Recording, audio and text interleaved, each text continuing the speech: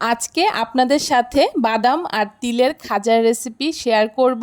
এই তিল আর বাদাম দিয়ে তৈরি করা এই খাজাটা খেতে দুর্দান্ত লাগে। মাত্র 10 মিনিটে 3টি উপকরণ দিয়ে খুব সহজেই তৈরি করে নেওয়া যায়, কোনো রকম ঝামেলা ছাড়াই। তিল আর বাদামের এই খাজাটা দেখতে যেমন সুন্দর হয়, খেতেও কিন্তু হয় একদম মুচমুচে। আজকে এই তিল আর বাদাম দিয়ে তৈরি করা এই খাজার রেসিপি আপনাদের সাথে শেয়ার করব। নমস্কার বন্ধুরা, মন কিচেনে আপনাদের সবাইকে স্বাগত। আশা করি আপনারা সবাই খুব ভালো আছেন। তিল আর বাদামের খাজা তৈরি করার জন্য এখানে আমি সমপরিমাণে 3টে উপকরণ নিয়ে নিয়েছি। 1 বাটি কাঁচা বাদাম, 1 বাটি কাঁচা তিল আর 1 বাটি চিনি নিয়ে নিয়েছি।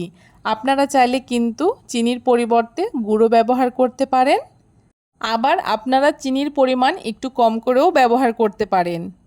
এইখানে আমি প্রথমে একটা প্লাস্টিকের উপরে কিছুটা সর্ষের তেল নিয়ে খুব ভালো করে সর্ষের তেলটাকে মাখিয়ে নিচ্ছি। এই প্লাস্টিকের উপরে আমি খাজাটাকে ঢালবো। এখানে কিন্তু আমি একটু মোটা সাইজের প্লাস্টিক ব্যবহার করেছি, তবে আপনারা চাইলে কিন্তু স্টিলের থালার মধ্যেও এই কাজটা করে নিতে পারেন। এখানে আমি প্রথমে বাদামটাকে ভেজে নেব। তার জন্য উনানে কড়াই বসিয়ে দিয়ে কড়াইটাকে হালকা একটু গরম করে নেওয়ার পরে বাদামগুলোকে দিয়ে দিয়েছি। এখন বাদামগুলোকে মাঝে মাঝে একটু নেড়ে চেড়ে নিয়ে যতক্ষণ না বাদামগুলো খুব সুন্দর একটা ভাজা হচ্ছে ততক্ষণ ভেজে নেব। আর উনানের আঁচটাকে মিডিয়ামে রেখেই কিন্তু বাদামগুলোকে ভেজে নিতে হবে। যদি হাই ফ্লেমে আমরা বাদামগুলোকে ভাজি সেক্ষেত্রে কিন্তু একটা পাশ কালো হয়ে যেতে পারে। দেখুন খুব ভালো করে বেশ কিছুক্ষণ নেড়ে চেড়ে আমি বাদামগুলোকে ভেজে নিয়েছি। এখন বাদামগুলোকে আমি নামিয়ে ঠান্ডা করে নেব। একই রকমভাবে আমি তিলগুলোকেও খুব ভালো করে একটু লাল লাল করে ভেজে নেব। তিলগুলো ভাজার সময় উনানের আঁচটা কিন্তু মিডিয়ামে রাখতে হবে। আর তিলটা ভাজার সময় কিন্তু এরকমভাবে অনবরত নাড়তে হবে, তা না হলে কিন্তু পুড়ে যেতে পারে। যখন দেখবেন ঠিক এরকম একটু লাল লাল করে ভাজা হয়েছে তখন কিন্তু তিলটাকে নামিয়ে নিতে হবে। আর তিলটাকেও আমি নামিয়ে ঠান্ডা করে নিয়েছি। আর দেখুন তিলটা কত সুন্দর ভাজা হয়েছে। এদিকে কিন্তু বাদামটাও ঠান্ডা হয়ে গেছে। এখন খুব ভালো করে হাত দিয়ে ডলে ডলে আমি বাদামের খোসাটাকে ছাড়িয়ে নেব। যতটা সম্ভব বাদামের খোসাটাকে ছাড়িয়ে নিতে হবে। দেখুন খুব ভালো করে বাদামের খোসাটাকে ছাড়িয়ে নিয়েছি আর বাদামগুলো ঠিক এইরকম দুটুকরো করে নিয়েছি। এখন আমি উনানে আবারও কড়াই বসিয়ে দিয়ে 1 বাটি চিনি দিয়ে দিচ্ছি। এখন চিনিটাকে দিয়ে কিছুক্ষণ অপেক্ষা করব। চিনিটা থেকে যখন হালকা হালকা করে ক্যারামেল হতে শুরু করবে তখন এইভাবে করে একটুখানি নাড়িয়ে দিতে হবে। এইভাবে করে নেড়ে চেড়ে যতক্ষণ না চিনিটা একদম ক্যারামেল হয়ে যাচ্ছে ততক্ষণ একটুখানি চিনিটাকে জাল করে নিতে হবে। দেখতেই পারছেন চিনিটা কিন্তু খুব সুন্দর ক্যারামেল হতে শুরু করেছে। আর এইভাবে করে মাঝে মাঝে একটুখানি নাড়িয়ে দিতে হবে যাতে নিচের দিকটা খুব বেশি না পুড়ে যায়। এইভাবে করে একটুখানি মাঝে মাঝে নেড়ে চেড়ে দেওয়ার পরে দেখুন মোটামুটি কিন্তু ক্যারামেলটা হতে শুরু করেছে।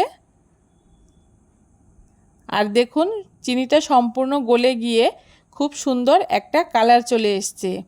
এইভাবে করে একটুখানি নেড়ে চেড়ে আমি চিনিটাকে খুব ভালো করে গলিয়ে নিয়েছি।